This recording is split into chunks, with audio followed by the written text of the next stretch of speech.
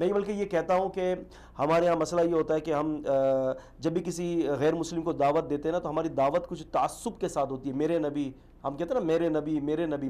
میں یہ کہتا ہوں کہ میرے نبی نہیں، ہمارے نبی. ایک دفعہ ایک عیسائی سے گفتگو بھی کراچی کے اندر، تو اس نے مجھے یہ کہا، کہتا ہے کہ وہ آپ داڑھی کیوں رکھتے ہیں؟ میں نے کہا اس لیے کہ آپ کے نبی نے مجھے داڑھی رکھنے کا حکم دیا ہے. اب وہ کہہ رہے ہیں کہ میرے نبی نے آپ کو داڑھی رکھنے کا حکم دیا ہے. میں نے کہا بالکل، آپ کے نبی نے مجھے داڑھی رکھنے کا حکم دیا ہے. کہنے لگا کہ یہ حکم کہاں ہے؟ میں نے کہا صحیح بخاری میں. کہنے لگا یہ کیسے ممکن ہے؟ میں نے کہا آئیے اب یہ ممکن کیسے، یہ میں آپ کو بائبل سے سمجھاتا ہوں. بک آف استثنا ہے، بک آف ڈیٹانمی ہے، chapter number 18 verse number 18 verse number 19 verse number 20 21 22 23. اور اس سے گاسپل آف جان ہے چیپٹر نمبر 9 ورس نمبر 10. اور بہت سارے جو ہے وہ بک آف آئزائیا ہے.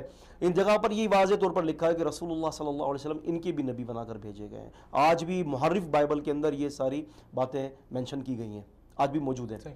تو ہمیں جو ہے دین اسلام کو مکمل ضابطہ بنا کر جو ہے ہر ایک تک پہنچانا ہے.